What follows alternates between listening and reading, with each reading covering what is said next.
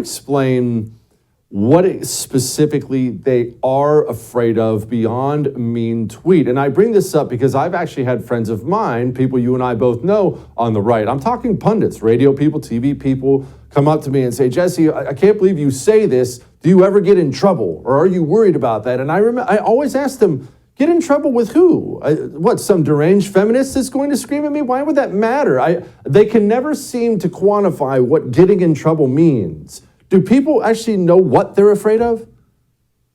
My conception of it, and from all the research I've done for this book, as well as my own personal experience, is that the number one fear that people think about when they self-censor is being called a racist or a bigot.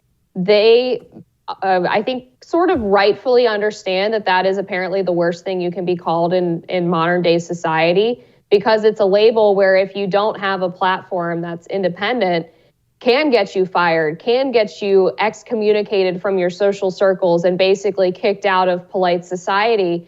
And these groups throw the word around like it means nothing. I mean, they'll call anybody a racist, a bigot, a transphobe, a homophobe, whatever label that they can to try to shut up anyone who questions their obviously insane ideology. And for someone, who's not in our position, that can be a really scary thing. And then for the woke corporate boards at these various businesses and mainstream media outlets, they're similarly in the position where the word racism didn't used to be thrown around so casually. It was pretty much reserved for people who thought that you should have separate water fountains.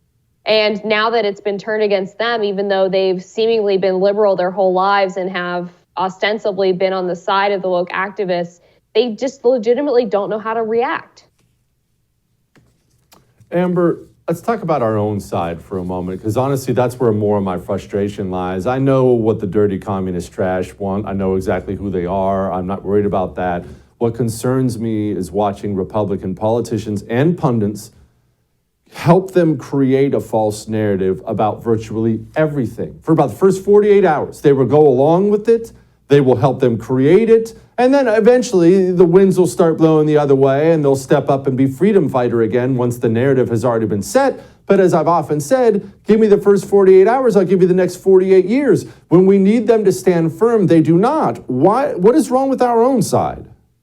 There are so many Republicans and conservatives who are obsessed with being the good guys in the eyes of the media. They don't want to be associated with who the so-called extremists and crazies are. So they shop their PR releases to the mainstream media. They give their scoops to them. They talk to them on background and act as anonymous sources. It happened in the Trump administration all the time. And I write about this extensively in one chapter in the book, because what these people are doing is they're giving legitimacy to an institution that should have absolutely none.